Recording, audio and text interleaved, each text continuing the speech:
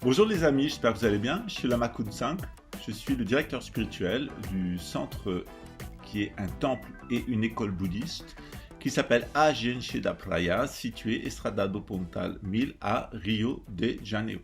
Qu'est-ce qu'on fait dans notre temple et quelle est notre direction spirituelle? Le directeur spirituel, c'est moi, mais je suis entouré d'autres lamas, on est 5 avec une perspective d'être 12.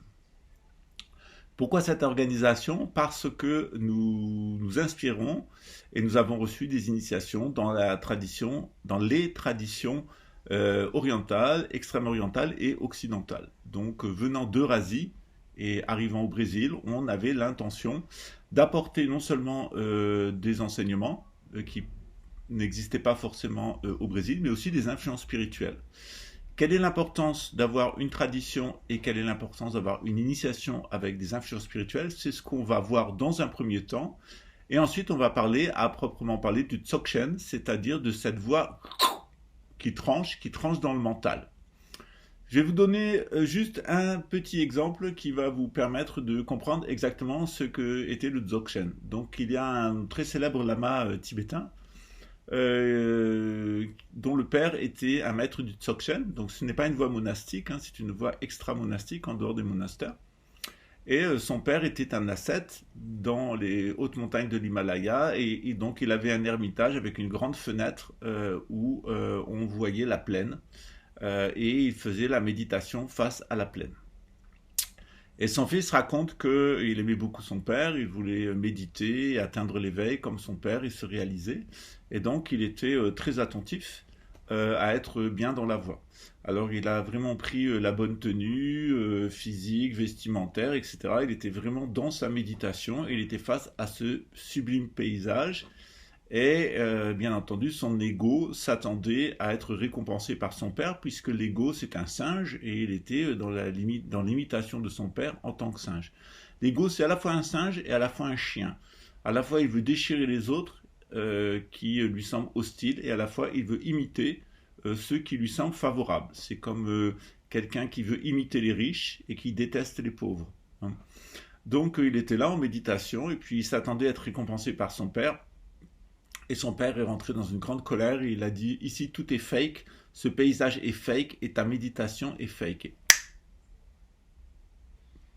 Quelque chose a surgi chez son fils, puisqu'à ce moment-là, il a réalisé exactement que oui, le paysage était vrai, il était là. Oui, sa méditation, elle était vraie puisqu'il était là, mais lui-même, qui faisait l'interface entre la méditation, qui était son état de nature Bouddha dans lequel il s'immergeait, et l'extérieur, il y avait quelque chose qui était entre les deux, et c'est quelque chose de fake, c'était son ego. Et en disant que le paysage est fake et que la méditation est fake, il y a eu un éveil sur la nature fake de l'ego. C'est exactement le mode de fonctionnement du Dzogchen. On va voir ça à la suite. Initiation et tradition, qu'est-ce que c'est? Les influences spirituelles qui sont liées à une initiation. Et ensuite, on va parler à proprement parler, on va rentrer dans le Dzogchen avec sa base, qui est la nature de l'esprit, la nature Bouddha. Ensuite, ou plutôt nature de la conscience. Ensuite, on va parler du cheminement, et ensuite des fruits qui doivent être perçus au terme de la pratique. Bienvenue à Rio de Janeiro, Brasil.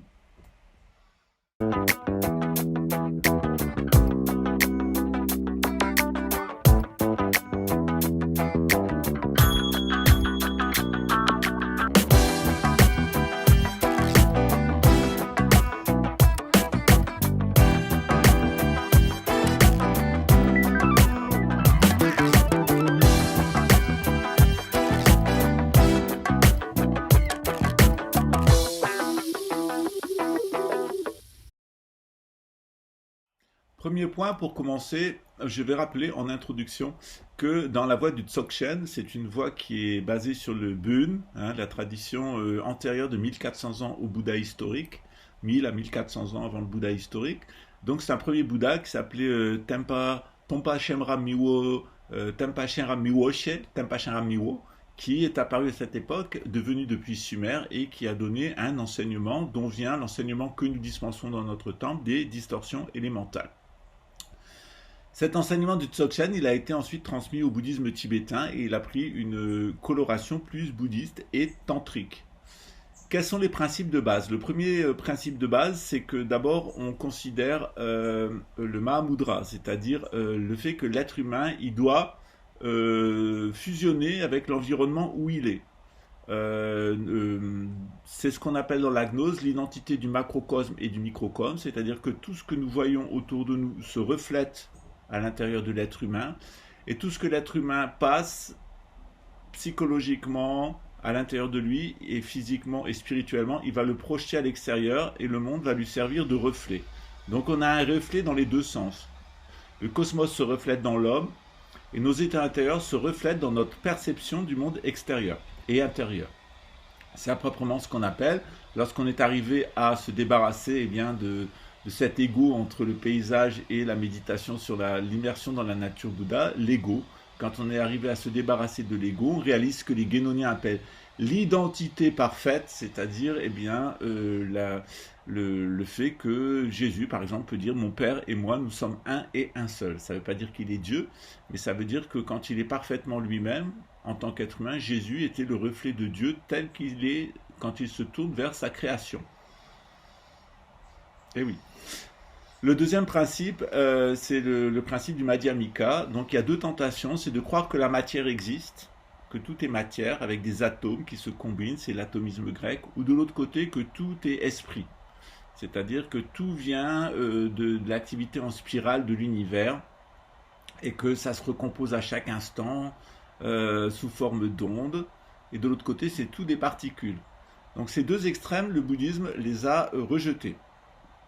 À la fois il dit que la matière elle se manifeste, mais en même temps elle a en son propre principe un principe d'annihilation qui est l'antimatière, c'est-à-dire qu'on peut percevoir la matière avec un certain niveau de conscience, mais quand on arrive à un certain niveau, au niveau des particules par exemple, eh bien on va forcément tomber sur autre chose, et la science moderne dit que c'est l'antimatière. De l'autre côté, on nous dit que tout est spirale, tout est mouvement, tout est onde, mais si on va complètement dans cette énergie, à la fin, on va rencontrer de l'anti-énergie. Donc l'énergie noire, la matière noire avec la matière et l'énergie. Voilà, c'est ce qu'on dirait en sciences modernes. Un espèce de monde quadripolaire qui rappelle bien le monde de la gnose des 4 éléments. Dans le bouddhisme, on rejette à la fois la tentation de dire que tout est créé par l'esprit, de A jusqu'à Z, et la tentation de croire que tout est matériel. C'est une combinaison des deux. Il y a un élément qui a une certaine persistance, qui est l'élément matériel, et puis il y a un élément de reformulation à chaque instant, mais chacun a son principe contraire en lui-même. Le Dzogchen, il se situe entre les deux, le moment où on fait le constat que on existe matériellement, on est là, mais que cette existence matérielle qui est la nôtre, elle est parfaitement illusoire, et on découvre 3 principes, qui est d'abord le principe d'impermanence, tout est impermanent, je vais mourir, vous allez mourir, d'ici 100 ans, tous les gens qui sont sur cette planète seront morts. Le deuxième aspect, c'est que nous sommes tous interdépendants, c'est-à-dire je respire l'air que vous avez respiré, que les plantes ont produit, etc. Donc on est tous interdépendants. Le troisième aspect, c'est la vacuité, c'est-à-dire qu'il n'y a rien qui peut se trouver en moi et dont on dirait c'est Pascal. Pascal, Lama, Skuzang, c'est un processus qui se reconditionne à chaque instant et qui, d'un point de vue transitoire, apparaît d'un point de vue matériel. Donc à la fois c'est un point de vue matériel, où il y a une apparition matérielle, mais à la fois c'est un processus spirituel, et entre les deux, il n'y a rien qu'on pourrait dire c'est Pascal ou c'est Lama Intel ou Lama X et Y. Donc ça, c'est vraiment la base du Dzogchen, où on va être toujours sur la tranche de la monnaie. Donc pour continuer sur les principes de base qu'il faut atteindre pour avoir une compréhension juste, généralement dans le taoïsme, par exemple avec le Lama Sébastien, il vous dit toujours il y a du yin et il y a du yang, et l'un est dans l'autre. D'accord. Mais il vous dit c'est le côté pile et le côté face de la même monnaie. Et je suis d'accord. Mais il y a aussi la tranche. La tranche, elle est ni yin ni yang. Et elle ne contiendrait donc ni yin ni yang opposés. Donc on ne peut pas dire qu'elle est yang contenant du yin, on ne peut pas dire qu'elle est yin contenant du yang. C'est pareil dans le cours de la journée. Il y a un moment où il fait complètement nuit. C'est nuit noire, c'est minuit. Il y a un moment, il faut complètement jour, c'est jour complet, c'est midi. Entre les deux, on est sur la tranche. À midi, c'est là où mon ombre, elle est la plus noire. À minuit, c'est là où la lumière qui sort de mon être, elle est la plus perceptible par les autres. Dans le noir, on sent autrui, on sent les choses. Pratiquement toute la journée et toute la nuit, on est dans la zone entre les deux. On est sur la tranche. Et il y a des moments où on est vraiment sur la tranche. C'est 6 heures du matin et 18 heures.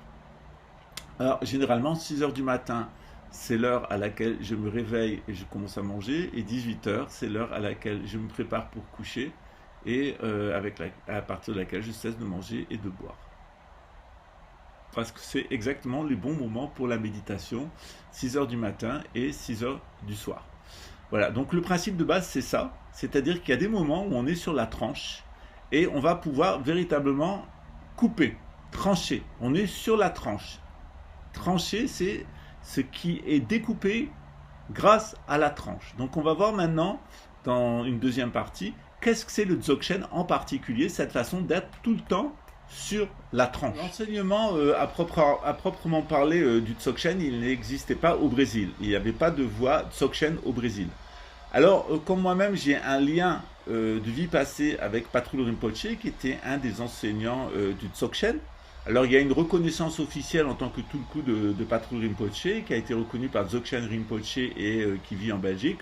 Pour ma part, eh bien, un certain nombre de similitudes, non seulement physiques, mais psychiques et spirituelles, font que dès mon adolescence, certains lamas que j'ai rencontrés, en particulier en astrologie, ont pensé que j'avais effectivement des composants psychiques ou que je pouvais être un tulku de Patrul Rinpoche, c'est-à-dire un corps d'émanation de Patrul Rinpoche. Je reviendrai une autre fois sur ce que c'est. Alors, pour ma part, ça m'a donné une explication, c'est-à-dire pourquoi c'était très facile de comprendre le bouddhisme. Pourquoi dès qu'il y avait des lamas qui passaient quelque part, ils me sautaient dessus. Pourquoi quand j'étais petit, j'avais dit à ma mère, bah, je vais étudier ta religion même si elle n'est pas bonne, c'était le catholicisme, parce que les lamas ne viendront pas. Et ça m'avait fait passer par un moment d'attente. Et puis après, j'ai compris que les lamas ne viendraient pas. Je lui ai dit. Et puis bon, j'ai demandé, j'avais 5 ans et demi, 6 ans, j'ai demandé à étudier le catéchisme. Et j'ai eu du pré-catéchisme sous forme illustrée de coloriage. Voilà. Mais j'étais très déçu et frustré parce que ce que je voulais, c'est qu'on m'enseigne la nature de la conscience, le jeu des éléments, les mathématiques, et de l'autre côté, l'astrologie, c'est ce que j'avais demandé. Donc j'ai demandé à mes parents d'apprendre la façon dont les étoiles fonctionnent et la façon dont on transforme la matière, mais ils ne comprenaient pas ce que je leur racontais. Voilà. Donc vous avez deux possibilités: vous pensez que votre fils est fou, ou vous pensez qu'il est un peu original et que sans doute il parle de choses qu'on ne maîtrise pas soi-même. Alors j'étais pas dans un milieu où on croit à la réincarnation, ni comme règle parce que mes parents ne sont pas spirites, ni comme exception parce qu'ils ne sont pas bouddhistes tibétains. Le fait est, c'est que le Dzogchen était pour moi une évidence dès l'enfance, d'être toujours sur la tranche entre la vie et la mort, entre le oui et le non, entre le haut et le bas, entre la droite et la gauche. Alors ce qui fait que quelquefois on me reprochait un certain nombre de choses qui sont des qualités. Par exemple, on me reprochait de tout savoir sur tout, d'avoir mon nez partout. C'est ce qu'on appelle dans le bouddhisme l'intelligence omniprésente. On me reprochait de ne pas avoir de volonté et d'être très confiant. On me reprochait d'être très compatissant, c'est-à-dire de toujours vouloir aider, etc. On me reprochait d'être très juste et de vouloir vraiment des choses très claires. Et puis, on m'a aussi longtemps reproché c'est de ne pas avoir de réaction quand on m'accuse de quelque chose ou quand on me vole quelque chose. Et puis, ces reproches qu'on me faisait, de ne pas être dans la pensée dualiste, de ne pas imposer ma volonté, de ne pas parler toujours de mon expérience, de ne pas toujours être très formaliste ou dans le sentimentalisme ou la froideur émotionnelle, et bien dans le bouddhisme, on considérait que c'était une vertu Bouddha.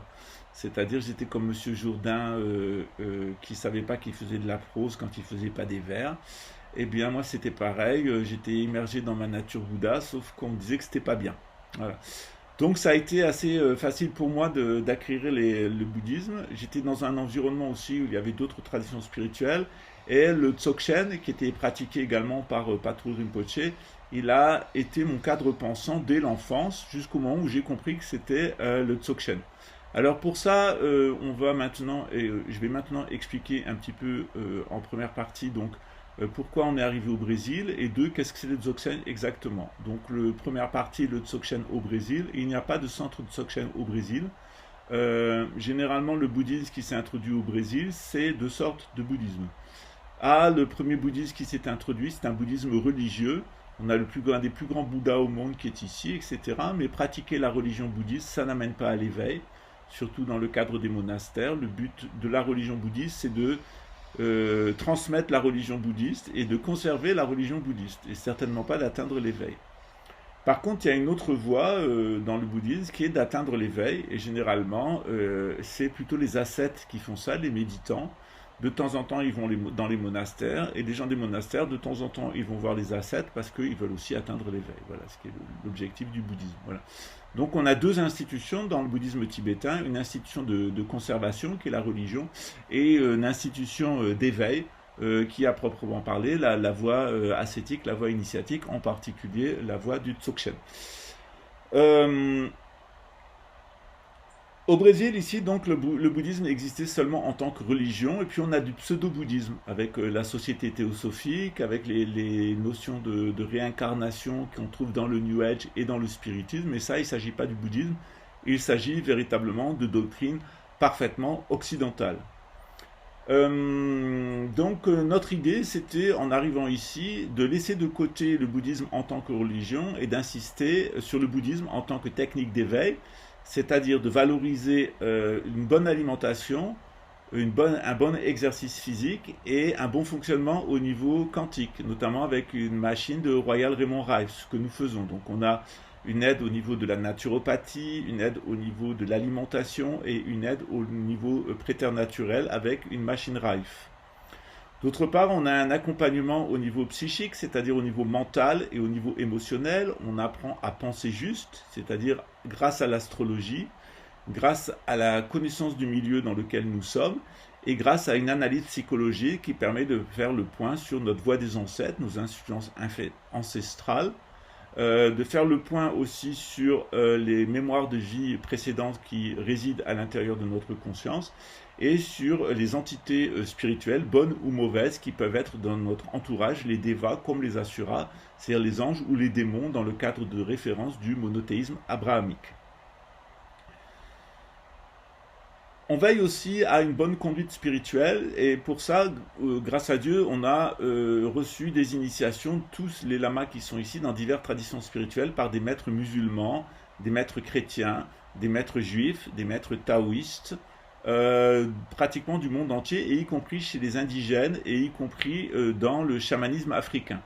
Donc ces influences spirituelles multipolaires qui sont chez nous, elles sont la base de notre travail, aussi bien au niveau physique qu'au niveau psychologique et au niveau spirituel. C'est sans doute ce qui fait la différence avec le bouddhisme en tant que religion, qui va vouloir conserver la religion bouddhique, exécuter les rites bouddhistes et quelquefois être même dans la superstition sur des soi-disant effets magiques. Voilà.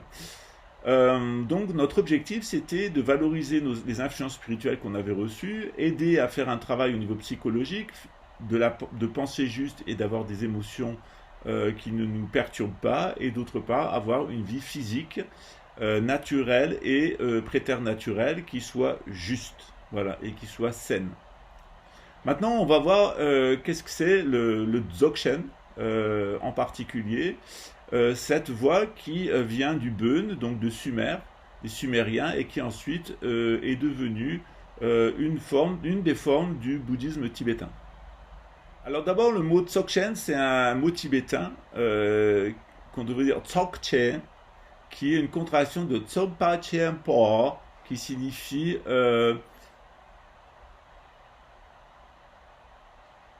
on traduit généralement par Ati Yoga en sanskrit, ou Mahasandhi qui veut dire la grande plénitude, ou grande perfection, ou la grande complétude. Moi j'aime bien dire ce qui est sur la tranche. Donc le Dzogchen, c'est une doctrine de base qui est à la fois inspirée du Madhyamika et du Mahamudra, c'est-à-dire de la nécessité de l'homme de fusionner avec sa nature Bouddha et l'environnement dans lequel il est, tout en considérant que en rejetant les deux extrêmes qui sont le tout esprit ou le tout matière. et en valorisant les processus de la conscience. Donc, à la fois c'est une doctrine, à la fois c'est un ensemble de techniques d'éveil spirituel.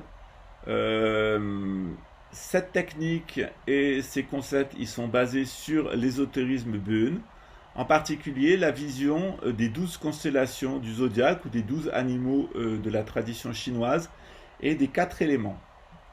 Entre les deux, on va apporter une attention particulière aux 7 astres, c'est-à-dire le Soleil, la Lune et les 5 planètes visibles du système solaire, et les 9 étoiles polaires. Donc on a un système 12, 9, 7 et 4 qu'on retrouve dans mon enseignement de la gnose.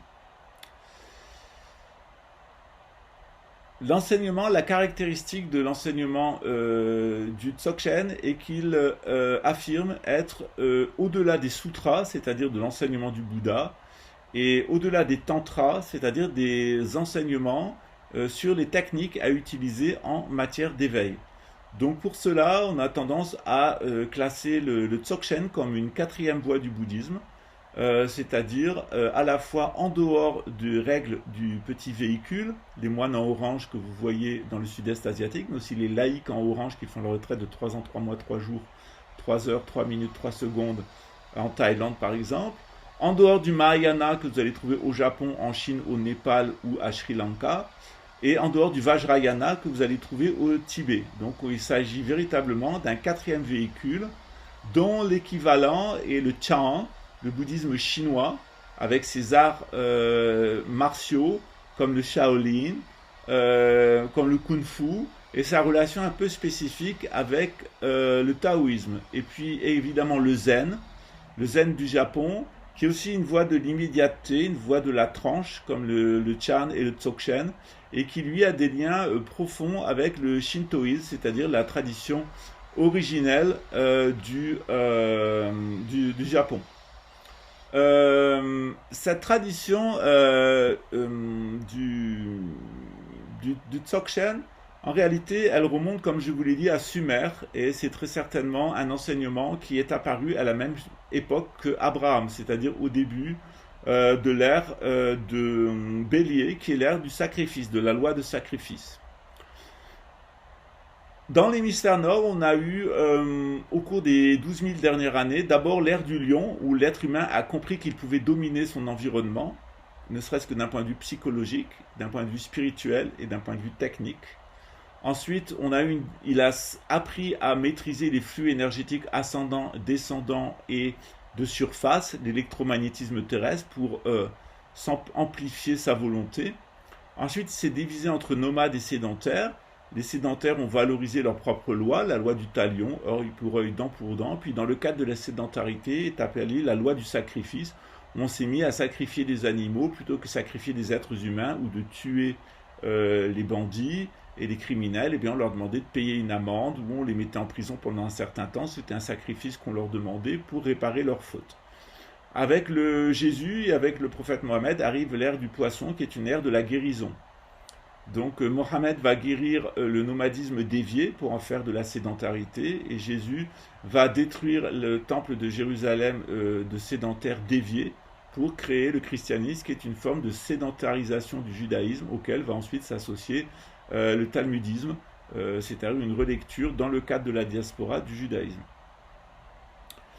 Le Dzogchen, il y a beaucoup de similitudes avec lui, je l'ai dit, entre le zen du Japon et ses liens au shintoïsme, et le Chan de Chine et ses liens avec le taoïsme. C'est un système de pensée très ancien qui, en fait, essaye de transcender une opposition du bouddhisme entre l'ego et la nature Bouddha, entre le samsara et le nirvana. Je reviendrai d'autres fois sur ces concepts. C'est véritablement un état d'être et un état de pensée où on est constamment sur le fil du rasoir. On n'est ni à droite ni à gauche. On n'est ni dans le passé ni dans le présent, ni dans le futur. On est dans le présent. On est dans le centre. On est toujours dans la voie du juste milieu. Sogyal Rinpoche, qui est un religieux bouddhiste et qui pratique le Dzogchen, a pu dire du Dzogchen qu'il n'est pas seulement un enseignement ou une philosophie, un autre système complexe ou un ensemble séduisant de techniques diverses. Il dit que le Dzogchen, c'est l'état primordial en lui-même. Il dit le Dzogchen est un état, l'état primordial même, l'état d'éveil total qui constitue l'essence du cœur de tous les Bouddhas et de toutes les voies spirituelles, ainsi que l'apogée de l'évolution spirituelle de tout individu. En vérité, le Dzogchen, il place le cheminement comme de revenir à l'être primordial, c'est-à-dire revenir comme Adam avant le péché dans les religions du livre, c'est-à-dire revenir à cet Adi-Bouddha qui est représenté nu et qui est lui constamment sur le fil du rasoir parce qu'il est constamment conscient. Ce Bouddha primordial, il s'appelle Kuntu Tsangpo, le Bouddha primordial et le tout pur, et c'est mon nom spirituel qui est contracté en Kunsang. Voilà. Ça ne veut pas dire que c'est ce que je suis, c'est ce que je dois réaliser selon mon maître spirituel qui m'a donné ce nom à l'époque où il m'a été donné. Philippe Cornu, qui est un astrologue français et un pratiquant laïque du bouddhisme tibétain, a pu dire « Avant tout, le Dzogchen est la grande perfection de la nature de Bouddha, qui demeure en chacun des êtres, c'est-à-dire l'état naturel véritable, tel qu'on le découvre quand se dissipe l'ignorance. Cette perfection à laquelle on ne peut rien ajouter, ni retrancher, est la simplicité fondamentale de l'éveil, libre et sans complication. Cet état, appelé Rigpa en tibétain, est à la fois primordialement pur et spontanément accompli. Sa pureté primordiale signifie qu'il n'a jamais été souillé ou affecté par quoi que ce soit, qu'il est au-delà de tout concept et jouit de la liberté naturelle depuis toujours. Maintenant, parlons plus des techniques de Dzogchen. La technique principale de Dzogchen est le retour à la condition de Bouddha primordial. Qu'est-ce que c'est Bouddha primordial? Bouddha primordial, c'est l'être humain quand il n'a pas à avoir de parti pris. Il n'a aucun parti pris, il ne vit pas dans la dualité. Il ne cherche pas à imposer sa volonté. Il est aussi sensible à la souffrance des autres. Il est parfaitement clair sur ses intentions et sur ce qu'il est et ce qu'il dit. Il n'est pas dans la confusion et il n'entretient pas la confusion, sauf à dessein, en tant que technique d'éveil, tactique d'éveil. Et il est aussi dans l'équanimité, c'est-à-dire que 25 fois vous allez détruire sa maison, 25 fois il va la reconstruire. L'origine de la pensée Dzogchen, elle est dans la lignée Khandro Nyingthig, de la lignée Nyingmapa du bouddhisme tibétain. On pense que cet enseignement a été donné par Kuntu Tsangpo, l'Adi-Bouddha primordial, à Samantabhadra, qui est un des premiers Bouddhas, le premier Bouddha qui est apparu sur cette terre. De mettre à disciple cette grande perfection de l'enseignement du Dzogchen est arrivé jusqu'à vous, à travers moi, à travers cette lignée de maîtres, et pour moi je ne suis pas un maître, mais je suis qu'un enseignant de cette voie. Généralement, comme je vous l'ai dit, on place la naissance de cette tradition à Sumer même, c'est-à-dire dans le cœur du Moyen-Orient et du côté de la frontière entre l'Irak et l'Iran, dans le croissant fertile entre le Tibre et l'Euphrate. Cette tradition, elle existe dans toutes les traditions primordiales. Elle a tendance à être considérée comme la tradition primordiale à laquelle faisait référence René Guénon. Alors, dans le bouddhisme, en règle générale, on étudie les moyens qui vont être mis en œuvre. Au début, on considère la base et après, on considère les fruits. Alors, c'est un petit peu technique pour le moment pour que je rentre dans ce domaine-là, mais en règle générale, on peut dire la chose suivante. La première partie, la base, c'est de réaliser l'impermanence, l'interdépendance des phénomènes samsariques et la vacuité. Et on écarte ainsi les vues fausses. Ensuite, les moyens, ce sont un certain nombre de pratiques comme la méditation vipassana, les mantras, les visualisations de yantras, l'exécution de mudras, par exemple, et un certain nombre de techniques qui sont à la fois des techniques sonores, à la fois des techniques vibratoires et à la fois des techniques qui vont utiliser l'eau lustrale et l'alcool. Dans le cadre du bouddhisme tibétain, il est quelquefois utilisé aussi des herbes qui ont des effets hallucinogènes. Au niveau des fruits, ce qui est visé, c'est d'obtenir la réalisation complète de sa nature Bouddha, ou conscience primordiale. Elle est caractérisée par 3 états. C'est une conscience absolue. On est parfaitement présent. On est sur le fil du rasoir en permanence. C'est aussi un état de conscience extrêmement lumineux, rempli de lumière intellectuelle et d'intuition. Et c'est aussi une façon d'être qui est extrêmement radiante, c'est-à-dire qu'on est directement en contact avec ses instincts, les instincts humains, et on est capable de les orienter. Donc à la fois on est intuitif, à la fois on est instinctif, mais on arrive à conjuguer les deux pour être en permanence sur le fil du rasoir. Ça, c'est Dzogchen, ça c'est la voie de la grande perfection à laquelle on vous invite dans notre temple. Alors généralement, qu'est-ce qu'on fait dans notre temple? Alors déjà, on va vous donner un seva, c'est-à-dire un travail désintéressé dans lequel vous allez pouvoir vous accomplir et toucher vos problèmes psychologiques. Par exemple, peut vous demander de faire les comptes, on peut vous demander de tenir le restaurant, on peut vous demander d'aller acheter du matériel, on peut vous demander de ne rien faire, on peut vous demander de faire du ménage, on peut vous demander de donner un cours, on peut vous demander de préparer des fleurs, on peut vous demander de cultiver le jardin, on peut vous demander de ratisser la plage. En réalité, vous allez recevoir une activité ou pas de service qui va vous permettre de vous positionner et de commencer votre travail avec, évidemment, en aide, une alimentation juste et un certain nombre d'exercices physiques et une aide au niveau de la machine quantique. Donc avec la machine de Royal Raymond Rife qui va permettre d'agir au niveau préternaturel pour écarter les influences d'entités vampirisantes. Ensuite, évidemment, vous allez faire un travail sur les émotions et un travail sur les pensées où vous allez être confronté à vous-même. Et lorsque vous serez prêt, vous allez recevoir l'influence spirituelle et l'influence spirituelle, elle va vous permettre de continuer votre chemin de réalisation. Alors, soit vous êtes un religieux, vous le ferez dans le cadre du monastère, soit vous êtes un guerrier, vous le ferez dans le cadre de l'administration fiscale, dans le cadre de l'armée, de la police, soit vous êtes un fabricant ou un paysan et vous le ferez dans le cadre de votre atelier ou de vos champs, ou soit vous êtes un salarié, vous le ferez dans le cadre du salariat et du travail qui est le vôtre. Mais fondamentalement, ça ne va pas changer vos conditions extérieures de vie.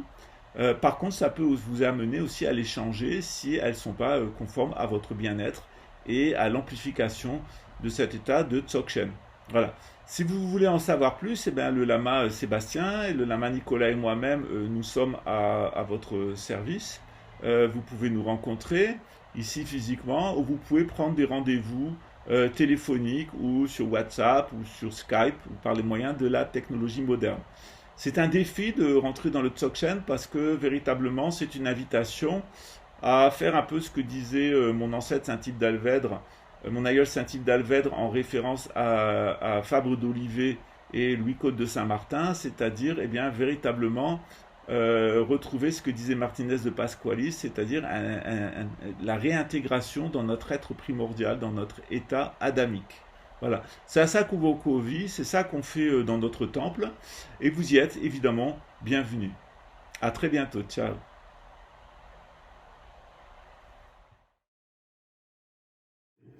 J'assurerai moi-même les cours et vous pourrez donc vous familiariser avec le travail de notre équipe.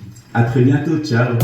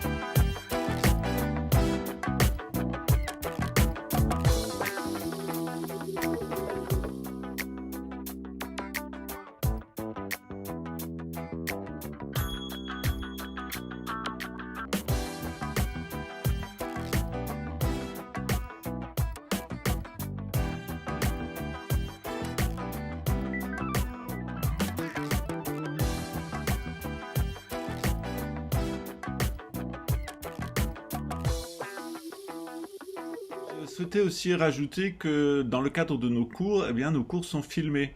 Parce que notre temple-école, c'est aussi une école des arts scéniques, c'est-à-dire que nous intégrons le jeu de cinéma et la production audiovisuelle à l'intérieur de nos cours. Donc, l'intégralité de nos cours sont filmés et ils donnent lieu à des vidéos de fin de stage.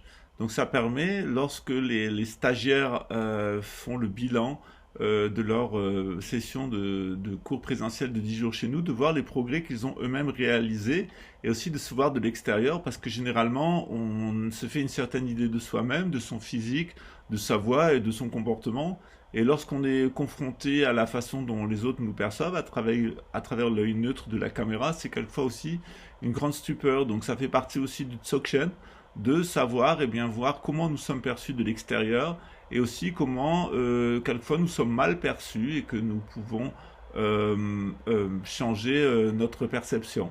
Voilà. De toute façon, le travail du bouddhisme, de toute façon, c'est un travail de dépouillement, hein, de dépouillement total pour revenir eh bien, dans la condition du Bouddha primordial, de l'Adi Bouddha. Alors je sais que ça fait pas toujours plaisir à tout le monde d'être mis à nu, mais ça fait quand même partie du processus du Dzogchen.